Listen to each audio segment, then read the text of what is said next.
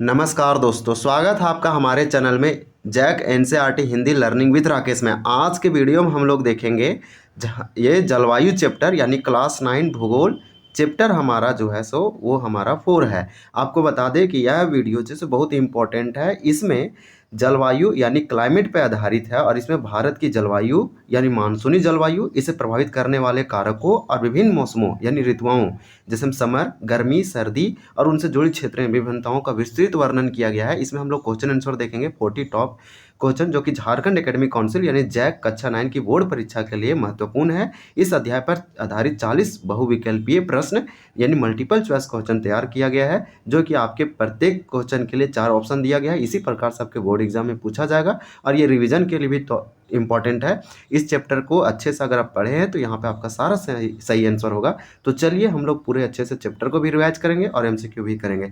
तो ये जलवायु चैप्टर है, क्लाइमेट है, इसमें 40 क्वेश्चन है जो कि क्लास 9 जेक बोर्ड हिंदी मीडियम के लिए इंपॉर्टेंट है और दूसरे लियो के लिए भी ये वीडियो इंपॉर्टेंट होगा। तो चलिए हम लोग स्टार्ट करते हैं। पहला क्वेश्चन पूछा गया, आप देख पा रहे होंगे कि एक विशाल क्षेत्र में लंबे समय अवधि यानी 30 वर्ष से अधिक में मौसम की आवश्यकताओं और विविधताओं को कुल योग को क्या कहते हैं। तो यह डिफिनेशन है, ये जलवायु का डिफिनेशन है यानी उसे क्लाइमेट कहते हैं। क्लाइमेट किसी भी रीजन का, किसी भी क्षेत्र का वो लंबे समय का क्या होता है, तो अवस्थाओं और विविधताओं का कुल योग होता है, उसे ही कहते हैं क्लाइमेट। दैट मीन्स जलवायु।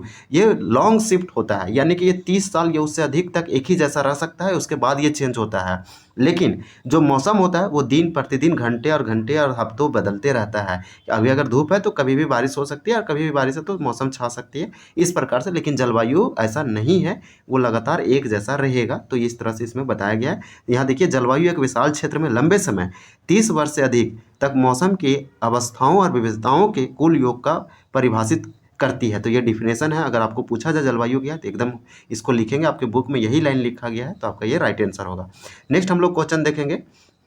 चलिए हम लोग नेक्स्ट क्वेश्चन देखते हैं। देखिए नेक्स्ट क्वेश्चन आप देख पा रहे होंगे, यहाँ पे दिया गया है, स्क्रीन में दिख रहा होगा कि मानसून मानसून शब्द की उत्पत्ति किस अरबी शब्द से हुई है। ये 2 नंबर हमारा क्वेश्चन है। तो इसका आंसर दिया गया है मौसिम, हलन और इकरार और मानसून। तो आपको बता दें कि मानसून शब्द की उत्पत्ति जो है एक अरबी शब्द से हुई है, वो मौसिम से हुई है। यहाँ पे हिंट दिया गया था जिसको आप हिंट आसानी से देख के आंसर बता सकते थे। देखिए, इस शब्द का शाब्दिक अर्थ मौसम है।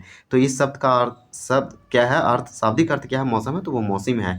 तो अब मानसून जो है मौसिम से आया है, तो इसका राइट आंसर जो हमारा हो जाएगा वो क्या हो जाएगा। तो इस प्रकार से इसको हम लोग, हमारा राइट आंसर यहाँ पे ए हो जाएगा। यहाँ पे हम लोग क्लिक करेंगे तो दिखेगा कि मानसून शब्द की उत्पत्ति अरबी शब्द मौसिम से हुई, जिसका शाब्दिक अर्थ मौसम होता है। तो मानसून शब्द की उत्पत्ति किससे हुई है, मौसिम से हुई है। एक अरबी शब्द है जिसका अर्थ मौसम होता है। तो ये भी हम लोग अच्छे से इसको कंप्लीट किए। अब हम लोग नेक्स्ट देखेंगे और नेक्स्ट क्वेश्चन में देख पा रहे होंगे, अब दिया गया है कि भारत के किस स्थान पर सर्दी की रात में तापमान लगभग -45 डिग्री तक पहुंच सकता है। तो भारत का वो कौन सा स्थान है, भारत का किस जगह है, प्लेस है, जहां सर्दी में जो टेम्परेचर है वो गिर के -45 डिग्री सेल्सियस तक पहुंच जाता है।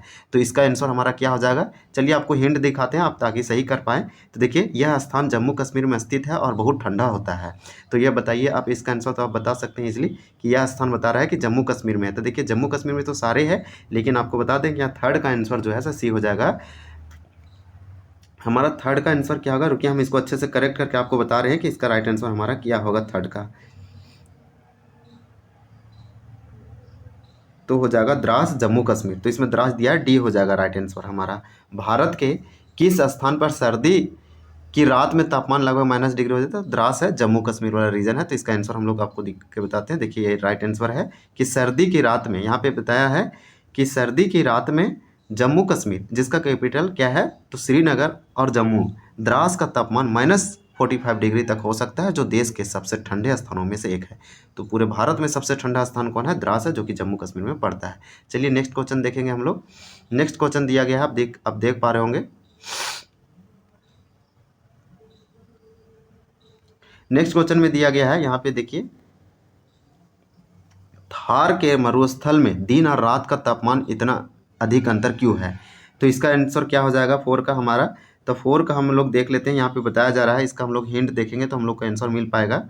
देखिए, तापमान में बड़े अंतर का कारण तटीय और आंतरिक क्षेत्रों के बीच अंतर से जुड़ा है। तो आंतरिक क्षेत्रों के बीच से जुड़ा हुआ है, तो यहाँ पे क्या हो जाएगा, हमारा राइट आंसर क्या हो जाएगा 4 का, तो 4 का हम आपको आंसर बताते हैं कि 4 का राइट आंसर हो जाएगा समुद्र से दूरी, तो इसका राइट आंसर हो जाएगा डी। तो यहाँ पे मरुस्थलीय क्षेत्र में, यानी कि मरुस्थलीय क्षेत्र में समुद्र से दूरी होने के कारण महाद्वीपीय अवस्था यानी कॉन्टिनेंटलिटी का अनुभव करते हैं, जिससे दिन बहुत गर्म और रात बहुत ठंडी होती है। तो सिंपल ये क्वेश्चन का आंसर ये याद रखें कि राजस्थान जो है, राजस्थान में थार मरुस्थल, जिसे ग्रेट इंडियन डिजर्ट कहते हैं, इसे थार मरुस्थल जो कि भारतीय उपमहाद्वीप में सबसे बड़ा रेगिस्तान है और गर्म का मरुस्थल है। तो थार के मरुस्थल में दिन और रात के तापमान में इतना अधिक अंतर क्यों है? तो इसका अंतर है मरुस्थलीय क्षेत्र में समुद्र से दूर होने के कारण क्या है, महाद्वीपीय अवस्था का अनुभव करता है, इसलिए बहुत इसका ये है, यानी कि दिन और रात में बहुत अंतर है। नेक्स्ट हम लोग क्वेश्चन देखेंगे कि भारत में वार्षिक वर्षण में सबसे अधिक विभिन्नता किस क्षेत्र में पाई जाती है? तो वार्षिक वर्षा में सबसे अधिक विभिन्नता किस क्षेत्र में पाई जाती है? तो 5 का हमारा राइट आंसर क्या हो जाएगा? सी हो जाएगा, उत्तरी मैदान में।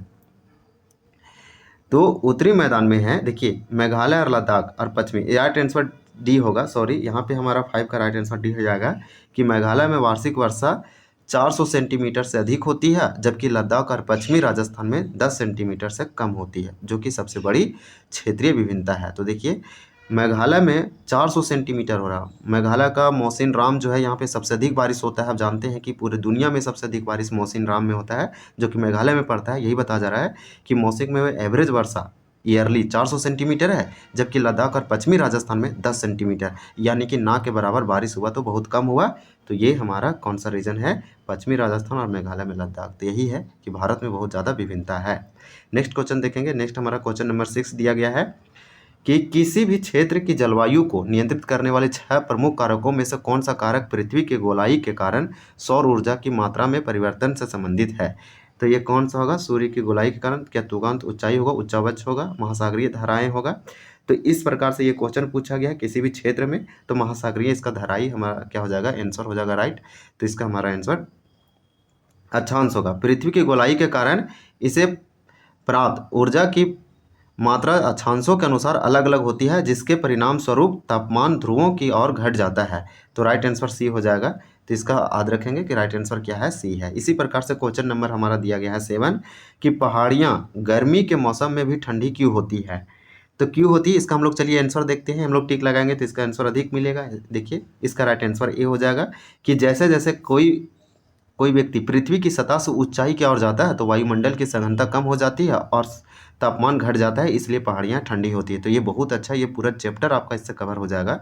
इसमें एक्सप्लेनेशन के साथ दिया गया मानसूनी पवनों के रास्ते को रोकने में सक्षम होने पर ऊंचे पर्वत किस क्षेत्र में क्या बन सकते हैं? तो इस प्रकार से दिया गया है। तो इसका हम लोग देखते हैं कि इसका राइट आंसर क्या होगा। यहाँ पे हम लोग क्लिक करेंगे तो चलिए देखिए सी आंसर हो जाएगा राइट। सी आंसर में दिया गया है कि यदि पर्वतों की ऊंचाई इतनी हो कि वे वर्षा लाने वाले वायु के रास्तों को रोकने में सक्षम होते हैं, तो वे उस क्षेत्र में वर्षा का कारण बन सकते हैं। तो देखिए यहाँ पे दिया गया है कि वर्षा का कारण क्या है? किसी वर्षण का कारण कि जो पर्वत है वो इतना ऊंचा हो कि वर्षा, अगर बारिश आ रहा है तो इसको रोक सके, इस साइड नहीं आ सके बारिश, यहीं रोकाएगा तो फिर यहाँ बारिश होगा, ये टकराएगा इससे तो फिर यहाँ बारिश होने लगेगा। यही बताया जा रहा है आपसे इसमें। नेक्स्ट क्वेश्चन हम लोग देखेंगे।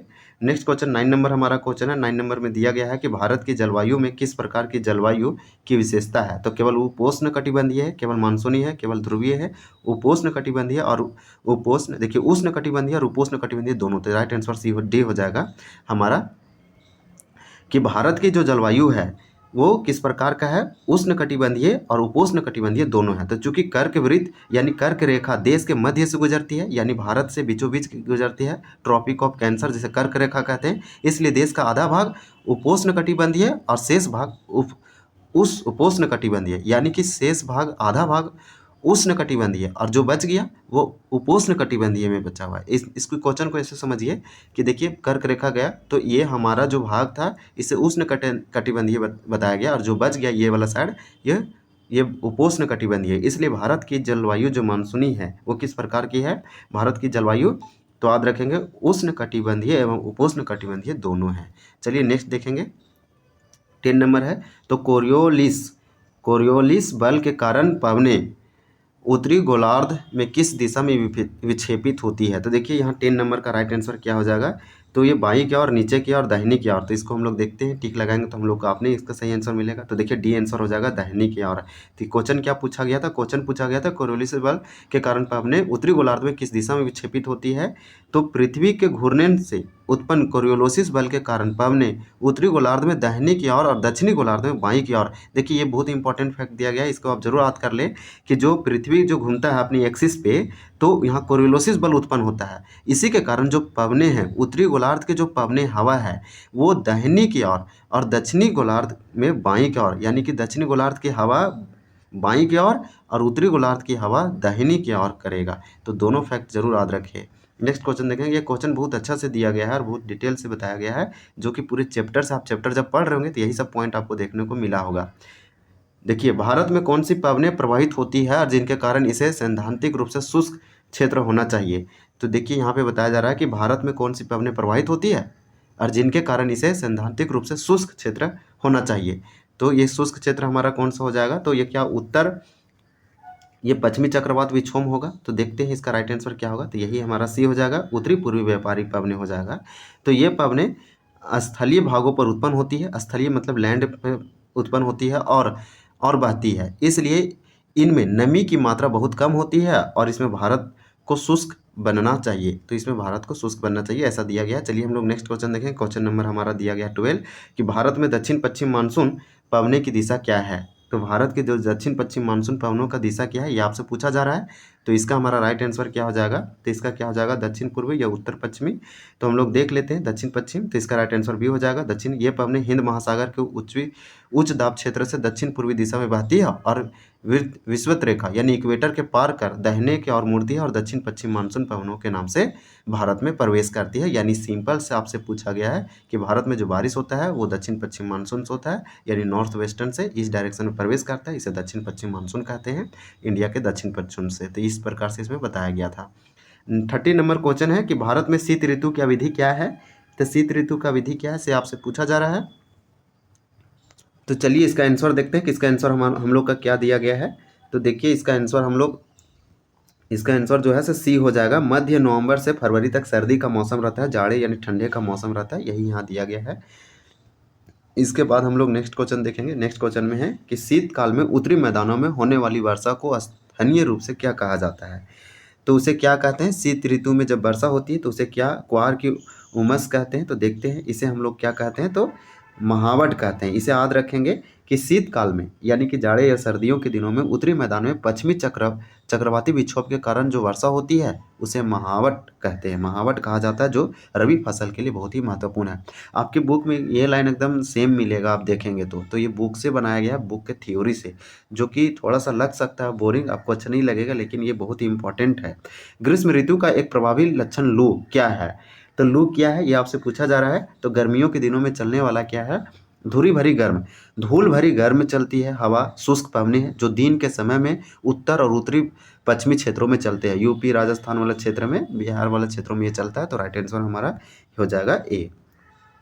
तो लू क्या है? ये कुछ नहीं, लू यहाँ पे देख सकते हैं कि लू ग्रीष्म काल का एक प्रभावी लक्षण है, जो धूल भरी गर्म और शुष्क पवनें होती है जो दिन के समय में उत्तरी और उत्तरी पश्चिमी क्षेत्रों में चलती है। तो चलिए नेक्स्ट क्वेश्चन देखते हैं। नेक्स्ट क्वेश्चन हम लोग देखेंगे।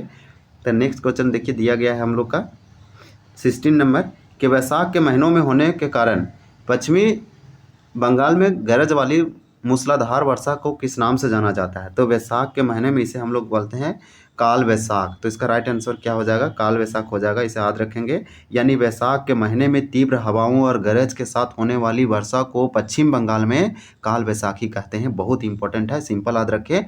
जब पश्चिम बंगाल कोलकाता साइड बारिश होगा उसे काल वैशाखी कहेंगे। लू यूपी साइड चलता है, तो ये वाला भी याद रखेंगे।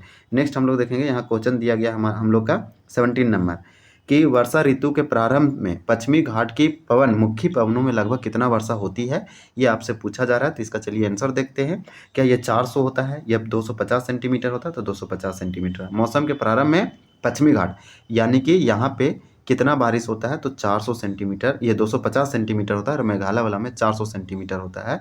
ये पवन मुख्य भागों में दक्षिणी पश्चिमी मानसून के कारण 250 सेंटीमीटर से अधिक वर्षा होती है, सो बताया गया है। चलिए नेक्स्ट क्वेश्चन देखते हैं।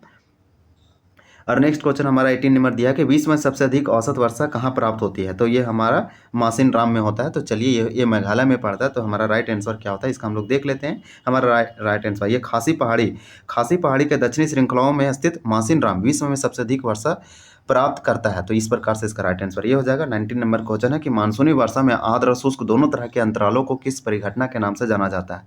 तो मानसूनी वर्षा में आर्द्र और शुष्क, आर्द्र मतलब नमी मॉइस्चर और शुष्क मतलब गर्मी, तो ये क्या किस प्रकार के इसे क्या कहते हैं, तो चलिए देखते हैं। इसको अगर बी करते हैं तो राइट आंसर डी हो जाएगा, वर्षा का विराम, वर्षा में विराम।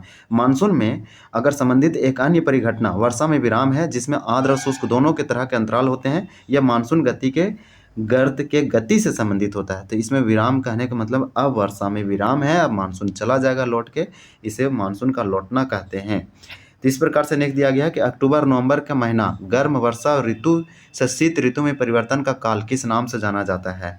तो क्या इसे आम्र वर्षा कहते हैं, तो देखते हैं इसका आंसर क्या हो जाएगा। इसे मानसून की वापसी का काल कहते हैं। तो इसके क्या कहते हैं, मानसून की वर्षा का, इसे याद रखें कि अक्टूबर नवंबर का महीना मानसून की वापसी का काल है, जो बोलते हैं कि मानसून लौट रहा है यानी परिवर्तन हो रहा है, जो कि गर्म वर्षा ऋतु से शीत ऋतु में परिवर्तन का समय होता है।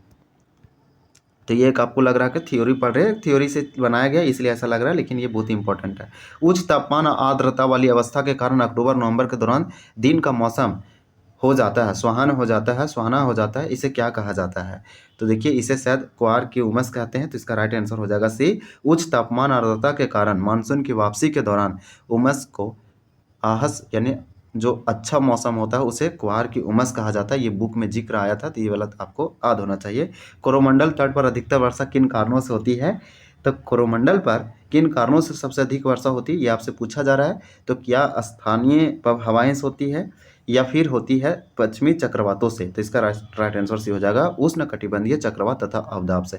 कोरोमंडल तट कहते हैं तमिलनाडु वाला तट को कोरोमंडल तट कहते हैं, और यह वर्षा लौटते समय मानसून के दौरान बंगाल की खाड़ी पर उत्पन्न होने वाले चक्रवातों और अवदाबों से उत्पन्न होता है। यहाँ मानसून के समय नहीं होता, ये अक्टूबर नवंबर में बारिश होता है तमिलनाडु में। उत्तरी मैदान में वर्षा का मात्रा किस दिशा की ओर घटती है, तो पूरब से पश्चिम की ओर घटती है क्या, चलिए देखते हैं। तो आंसर ये हो जाएगा, गंगा की घाटी में मानसूनी वर्षा का मात्रा पूर्व में कोलकाता से पश्चिम में दिल्ली की ओर घटती जाती है, जिसका मुख्य कारण पवनों में बढ़ती शुष्कता है। 24 नंबर क्वेश्चन है, इसमें आपसे पूछा जा रहा है कि भारतीय उपमहाद्वीप में औसत उच्च तापमान निरंतर क्यों बना रहता है, भले ही इसका अक्षांश अपेक्षाकृत अधिक हो।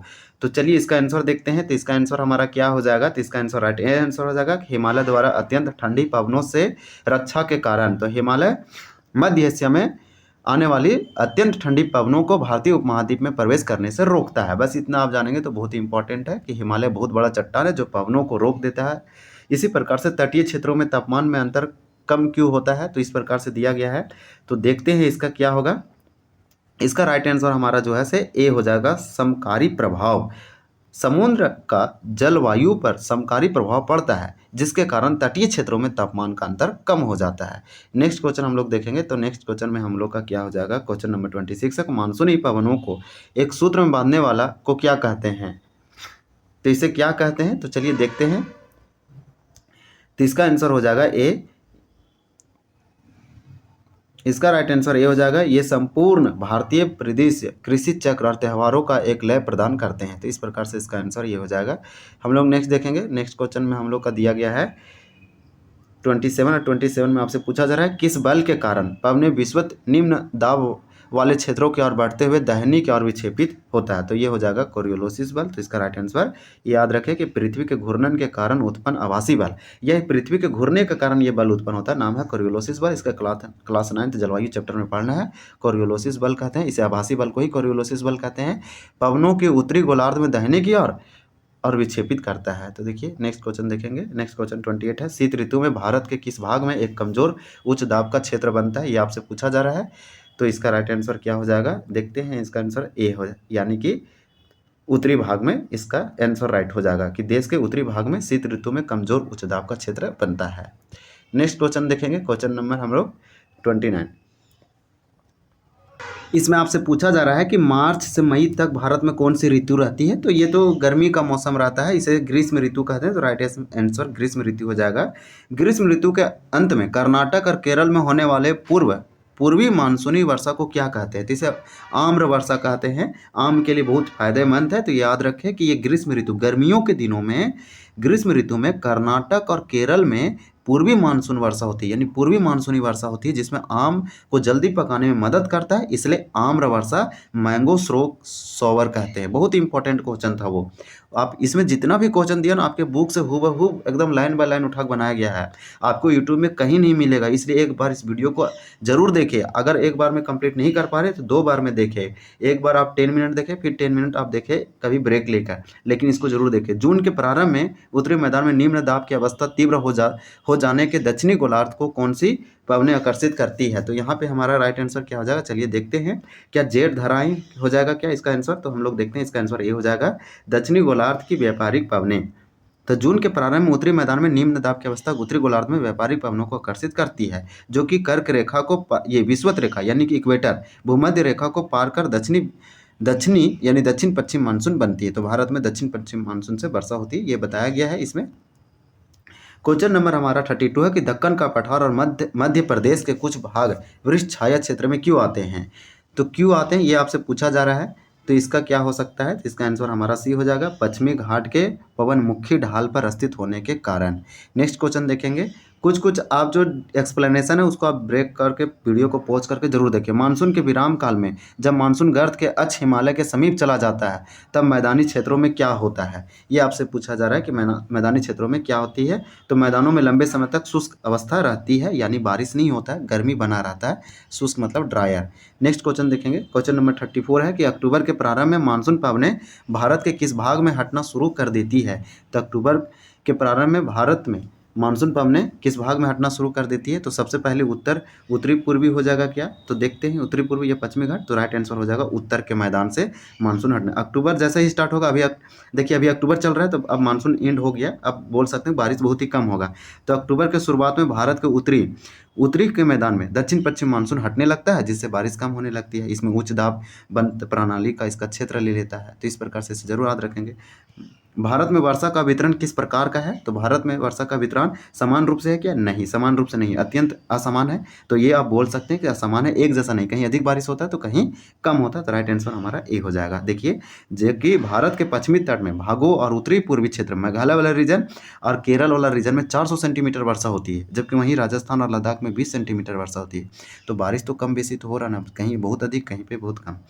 कर्क रेखा देश के मध्य भाग यानी कि कर्क रेखा जो भारत के बीच से पास होता है, ये टोटल 8 राज्यों से पास होता है। इसे ट्रिक है कि मित्र पर गमछा झार, ये ट्रिक को जरूर याद रखेंगे। मित्र पर गमछा झार ये आपका मिल जाएगा। मी से मिजोरम, त्रि से त्रिपुरा, इस तरह से टोटल आपको मिल जाएगा। आपको देखेंगे तो हम एक्सप्लेनेशन कर चुके हैं ऑलरेडी थ्योरी वाला सेशन में, आप जरूर देखें। तो इसका राइट आंसर क्या हो जाएगा? इसमें पूछा गया है कि कर्क रेखा देश के मध्य भाग बीचों बीच से भाग होता है, पश्चिम के कच्छ के रण से लेकर पूरब के किस राज्य तक जाती है? तो ये जाती है मिजोरम तक जाती है। तो राइट आंसर हमारा सी हो जाएगा। कर्क रेखा पश्चिम में कच्छ रण से लेकर पूरब में मिजोरम से होकर गुजरता है। तो इस प्रकार से इसे जरूर याद रखेंगे। हिमालय की औसत ऊंचाई क्या है? तो 6000 है, जिसे हिमाद्री वाला रीजन बोलते हैं, ये हम लोग पढ़ चुके हैं। इसी प्रकार से 38 है, थार के मरुस्थल में दिन का तापमान 50 डिग्री सेल्सियस तक हो जाता है, जबकि उसी रात के नीचे लगभग -45 डिग्री सेल्सियस तक हो सकता है, यानी कि बहुत कम। इसे जरूर याद रखेंगे। देखिए माइनस दिया गया है 15, यानी कि आप याद रखेंगे कि 15 डिग्री सेल्सियस तक पहुंच सकता है उसी रात को, माइनस में नहीं, बस प्लस में ही रहेगा। पश्चिमी तट का अत्यधिक वर्षा होने के बावजूद भी दक्षिणी पठार के अतिरिक्त भागों एवं सह्याद्री के पूर्वी में वर्षा की मात्रा कम क्यों होती है? तो चलिए देखते हैं इसका वर्षा का क्रम क्या है। ये वृक्ष छाया के कारण है। तो हाँ, ये वृक्ष छाया के क्षेत्र में, वृक्ष छाया मतलब क्या होता है? मान लीजिए पहाड़ है, तो यह वाला रीजन वृक्ष छाया में चला गया, क्योंकि जब हवा आएगा या फिर बारिश होगा तो यहाँ से टकराएगा और इसके कारण इस पार नहीं जा पाएगा, यहीं पे बारिश होगा, हवा इधर ही रहेगा। तो ये वृक्ष छाया, अब यहाँ बारिश नहीं आएगा, यहाँ हवा नहीं आएगा, तो इसे वृक्ष छाया कहते हैं। इसे जरूर याद रखेंगे। लास्ट क्वेश्चन इस वीडियो का, क्वेश्चन नंबर दिया कि भारतीय उपमहाद्वीप में वायु की दिशा में मौसमी परिवर्तन को क्या कहते हैं?